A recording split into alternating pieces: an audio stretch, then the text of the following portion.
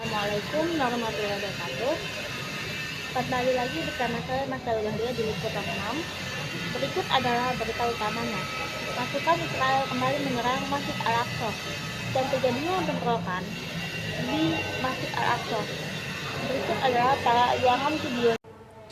Kita ke informasi lain pemirsa, bentrokan antara warga Palestina dan pasukan keamanan Israel kembali terjadi di Yerusalem pada Senin waktu setempat. Tentara Israel masih menyerbu jemaah yang berada di dalam Masjid Al-Aqsa.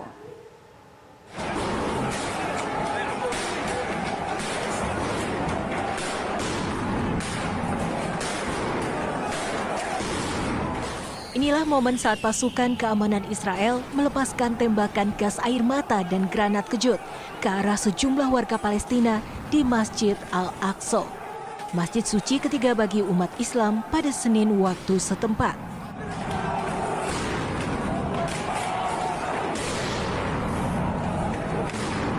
Menurut laporan, setidaknya 50 orang warga Israel terluka dan dilarikan ke rumah sakit akibat bentrokan tersebut.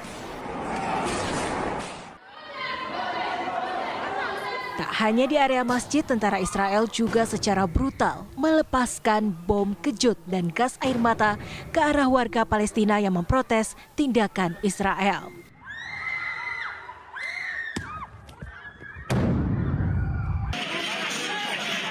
Kericuhan ini merupakan serangkaian bentrokan yang terjadi selama bulan Ramadan ini antara warga Palestina dan pasukan keamanan Israel.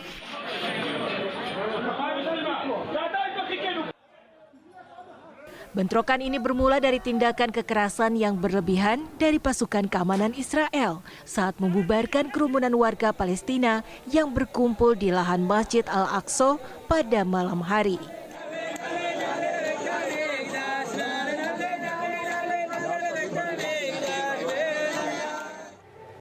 Baiklah, sekian berita yang dapat saya sampaikan. Terima kasih. Selamat pagi, kembali lagi dengan saya Delvi Azia membahas berita aktual dan terpercaya. Berita terkini tentang Jaksa Agung Sanitiar Burhanuddin yang menyatakan komitmennya dalam pemberantasan kasus korupsi dengan melakukan terobosan hukuman tuntutan mati bagi terdakwa korupsi Jiwasraya dan Asabri. Tuntutan mati bagi para koruptor KKP ini dilakukan agar memberikan efek jera. Jaksa Agung tengah mengkaji kemungkinan memberikan tuntutan berupa hukuman mati bagi para terdakwa kasus korupsi, ujar Leonard Eben Ezer Simanjuntak, Kepala Pusat Penerangan Hukum. Korupsi di Jiwasraya mengakibatkan kerugian negara hingga 16,8 triliun rupiah, sementara kasus di Asabri mengakibatkan kerugian negara hingga 22,78 triliun rupiah. Jadi kemungkinan besar kerugian negara sebesar 30 triliun rupiah. Jaksa tuntut mati koruptor Jiwasraya dan koruptor Asabri dilakukan karena kasus tersebut merugikan banyak orang. Selain itu, pemberian tuntutan hukuman mati memberikan rasa keadilan bagi para korban. Tetapi menurut Komnas HAM, hukuman mati bukan menjadi solusi untuk memberantas koruptor. Menurutnya, banyak negara yang melakukan hukuman mati terhadap koruptor seperti di China. Namun, praktik korupsi masih tinggi. Sementara Masyarakat Anti Korupsi Indonesia atau MAKI mendukung wacana hukuman mati bagi para korupsi. Menurut MAKI, wacana tersebut jangan hanya batas wacana, tetapi harus segera diwujudkan.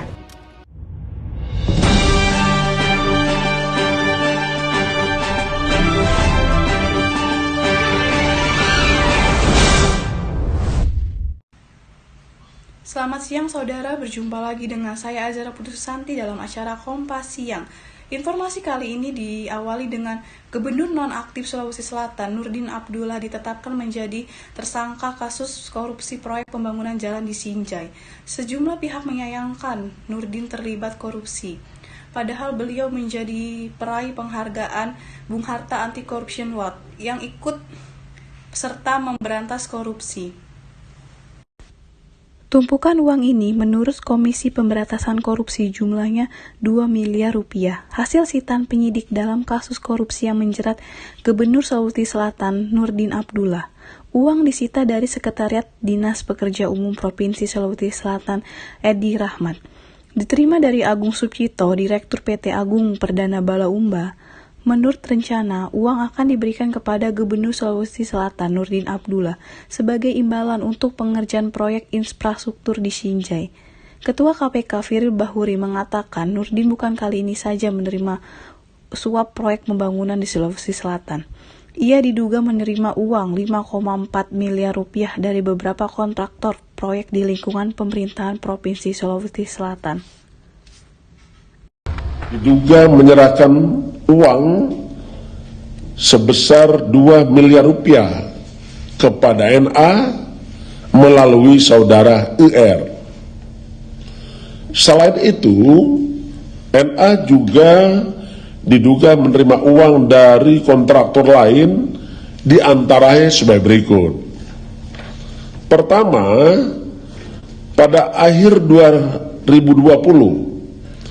NA menerima uang sebesar 200 juta rupiah. Kemudian pertengahan Februari 2001, NA melalui SB menerima uang 1 miliar.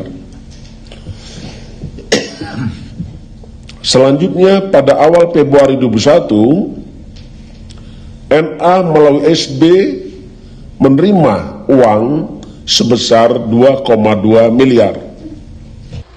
Seusai diperiksa KPK hingga Minggu 28 Februari 2021, Nurdin mengaku tidak tahu soal uang yang diterima Sekretariat Dinas Pekerja Umum Provinsi Sulawesi Selatan Edi Rahmat. Ia juga meminta maaf kepada warga Sulawesi Selatan terkait kasus korupsi yang menjeratnya. Saya ikhlas menjalani proses hukum, ya, karena memang kemarin itu tidak tahu apa-apa kita. Ternyata Edi itu melakukan transaksi tanpa sepengetahuan saya, ya. Itu aja. Sama sekali tidak tahu. Demi Allah, demi Allah. Terus apa pesan untuk masyarakat Sulsel, Pak? Ya, saya mohon maaf ya kalau itu terjadi. Untuk pemeriksaan kasus ini, penyidik KPK menahan Nurdin Abdullah di rumah tahanan KPK Cabang Pomdan Jaya Guntur. Tim Liputan Kompas TV.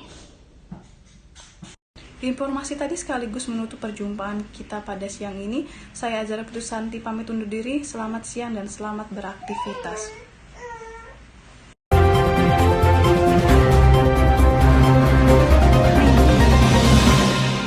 Selamat pagi. Jumpa kembali dengan saya Adi Novrianti di acara Breaking News. Pada kesempatan ini, saya akan memberikan berita mengenai Presiden Amerika Serikat Joe Biden menolak permintaan Presiden Rusia yaitu Vladimir Putin untuk memasukkan Ukraina ke dalam aliansi militer terkuat atau NATO. Hal ini diutarakan Joe Biden dalam pertemuan dengan Putin secara virtual. Dalam pertemuan tersebut, Putin mengatakan bahwa tawaran Ukraina untuk bergabung dengan NATO mengapa harus ditolak dengan imbalan jaminan pasukan Rusia tidak akan melakukan serangan ke negara tersebut. Biden dan sekutu berat telah memperingati Rusia bahwa invasi negeri Putin ke negara tetangganya tersebut akan memicukan balasan ekonomi dan politik. Biden menjelaskan kepada Rusia dan dunia bahwa pihaknya siap lebih keras dibanding tahun 2014 lalu ketika pasukan Rusia mencepluk dunia. Baik, sekian berita yang bisa saya sampaikan dan sampai jumpa.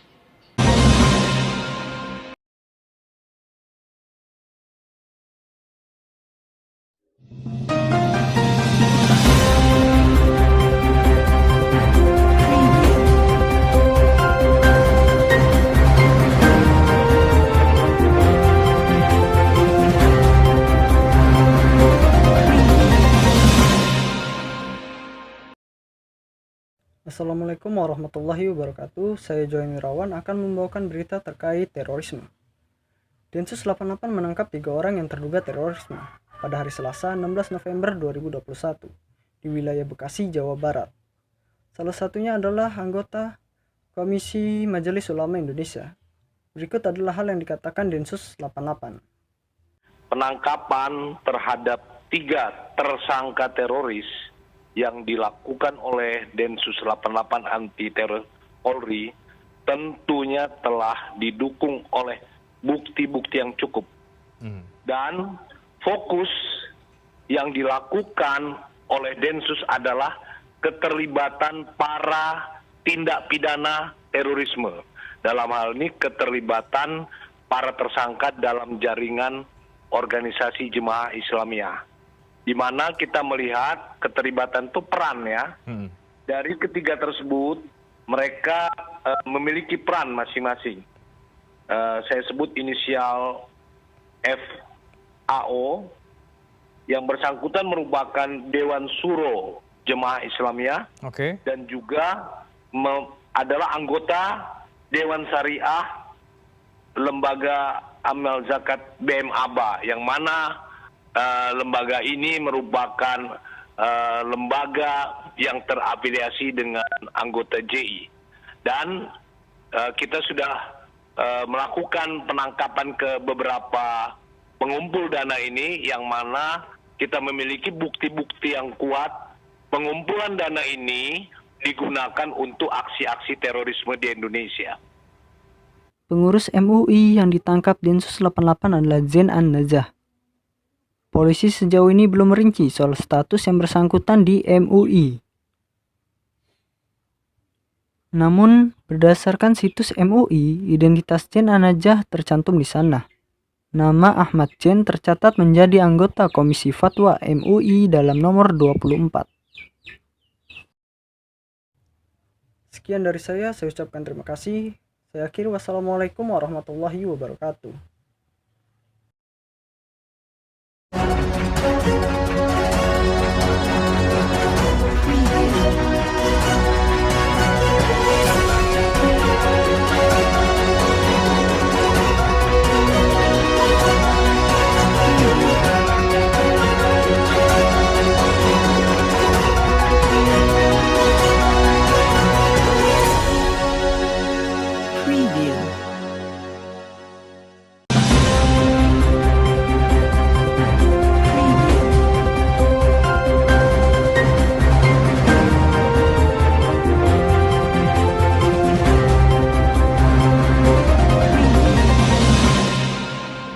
Selamat siang pemirsa, Tribun News kembali hadir di sela-sela aktivitas Anda.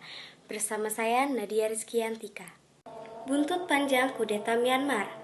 Komando militer Myanmar disebut telah menguasai pemerintahan dan juga keadaan darurat. 1 tahun telah diumumkan.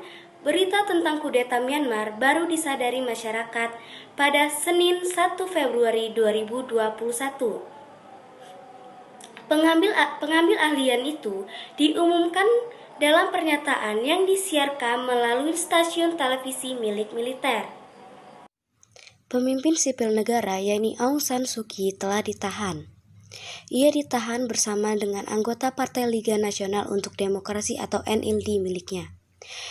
Kudeta yang terjadi di Myanmar masih berbuntut panjang.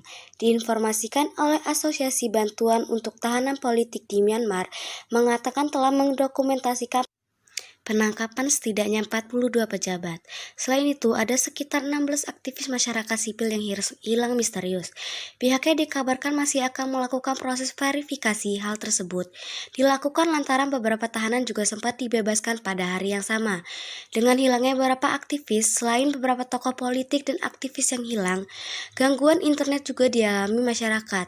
Ternyata dilakukan pembatasan dimulai pukul 3 pagi pada Senin waktu setempat.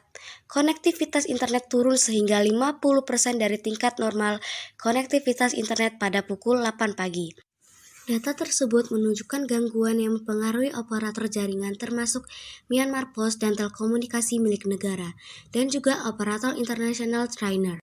Saat ini, kehidupan Myanmar dibagi oleh korupsi harga yang berfluktuasi, penindasan terhadap kehidupan sehari-hari, kekurangan gizi kronis di beberapa daerah, dan juga perselisihan etnis. Banyak yang sekarang khawatir tentang apa yang akan terjadi selanjutnya. Pemirsa, informasi tadi mengakhiri jumpa kita. Saya Nadia Rizkyantika, pamit undur diri. Selamat siang, sampai jumpa.